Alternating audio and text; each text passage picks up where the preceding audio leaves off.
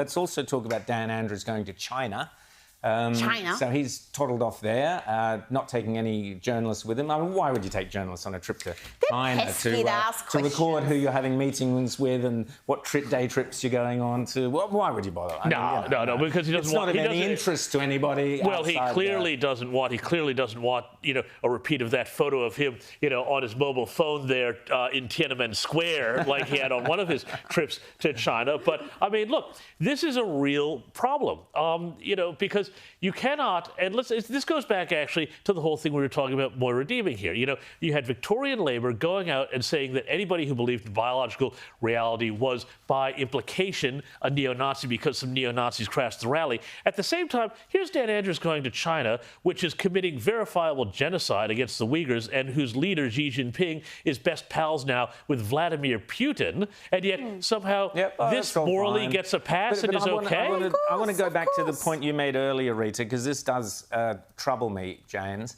Rita made the point that the Conservatives, or the Libs, sorry, slip of the tongue there, the Liberal Party lost the Chinese vote, James, you were saying.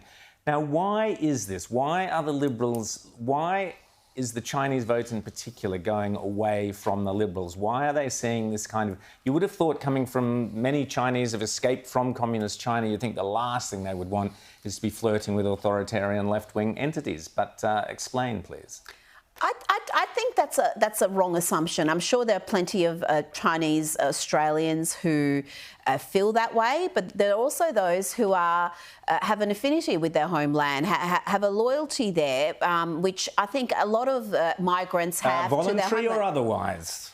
It could be a bit of both. I think it's wrong to presume it's always out of fear. I'm sure there is a lot of it out of fear. You're not going to actively go and speak out against the Chinese Communist Party because your family back in China are going to be targeted. That's absolutely. Exactly the point. But I think it is naive to think that as a Chinese Australian, there aren't quite a significant percentage who do have an affinity with their homeland, who do still have, migrants from all backgrounds have James? that. They see it as a sign of respect, perhaps. Well, look, I mean, there's that. There's probably some questions about, the messaging around China from the Libs and, not distinguishing properly between the CCP and China, the nation itself. So there's probably some of that. But I also think, though, that it goes back to what we were saying before. They're not giving them the alternative. They're not giving them, on all of these social issues, migrants are generally tend to be, on balance, socially conservative wherever they come from. And the stuff that is going on in the schools should be huge fodder. And in fact, in 2019, with many sort of seats around New South Wales, it was huge fodder for those communities. The fact that there's now a terror of even talking about those sorts of things and what's happening in the schools, both in terms of just the general horrendous quality of education that's being dished out by the curriculum, but also, in terms of wokeness and, the sexual issues and the gender stuff and all of this. If you come from any other culture like China or Persia or wherever, this stuff is anathema to you, and yet they're letting it go. I've spoken to some very prominent Chinese, a very famous Chinese expat, if you want, is a big fan of this show. He's watching right now.